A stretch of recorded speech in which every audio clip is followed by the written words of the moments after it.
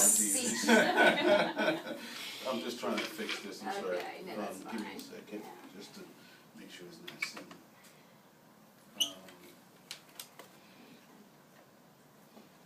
All right, I'm ready. Whenever you are. You need white balance? Yeah, let's go for that. And at what time will this air? 6 o'clock tonight. Okay. Are we the new at 6 tonight? Mm-hmm. Awesome. Yeah. Less work for me. All right. Go And for it. just for formality, can I get you to state and spell your name for me? Thomas Hollins, Thomas, Hollins, Hollins. Okay, and your title? Vice President of Student Affairs. Okay. All right. Mr. Hollins or Dr. Hollins? Is it Dr. Hollins? Dr. Hollins. First of all, let's start about talking about the cost of tuition. From the time that we were in school in the 90s to the time that students are facing today, it's gotten really expensive.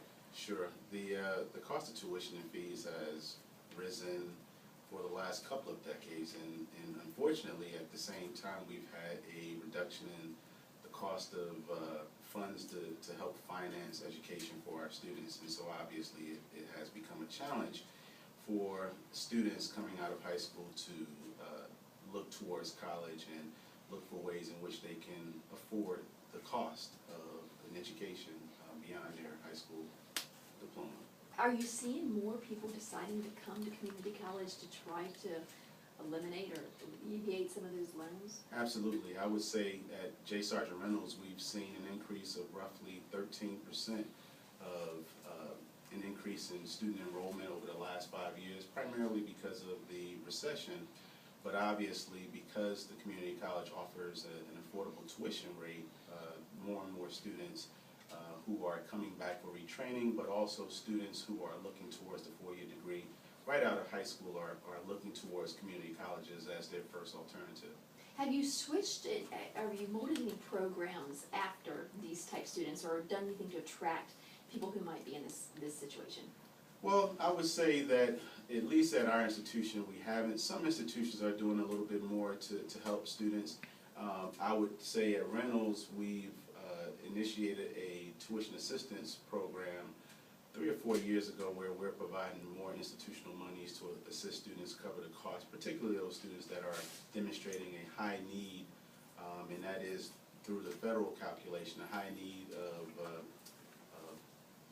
I'm sorry. That's okay, that's fine. Okay. Yeah, fine. Students who are demonstrating a high need as determined by the federal financial aid calculation, we're providing additional monies to assist them with covering the cost of tuition and fees.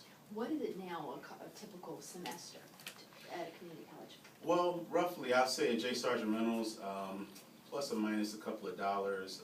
It may vary from institution to institution within the Virginia Community College system, but at J. Sargent Reynolds, for an in-state student, tuition and fees are $129.10 per credit hour, which average to about $1,500 for 12 credit hours in a given semester. And so that's probably about half the cost of what you pay at a four-year institution. Absolutely. We're roughly around 40% of the cost of your in-state four-year public institution rates. So it's made it very attractive to students. Absolutely. Talk a little bit about the cost, when we're talking about cost, what's going through Congress right now. Is there a need right now to help students deal with the rising cost of tuition? And are you hearing that from students? Are they telling you something needs to be done? Congress needs to do something, the president needs to do something? I can tell you that many of our students are certainly cost conscious. A lot of our students are working individuals, and so they don't necessarily receive all the benefits of grants, assistance, and things of that sort. And so they are very much conscious about what the cost of education is, and certainly would like to have more opportunities. But as it relates to what's happening in Congress, certainly we're trying to balance the budget and deal with the various budget challenges that we have, and as a result, some of the financial aid benefits that students are typically used to receiving are in jeopardy, and one of them being the interest rate, if you will, on student loans, which is in jeopardy of doubling by July 1, going from 3.4% to 6.8%. And what that means, obviously, is that the lower interest rate will mean less money that the student will have to pay back once they finish their education. If it doubles, then students can see an increase of 100% in interest over the life of their loan.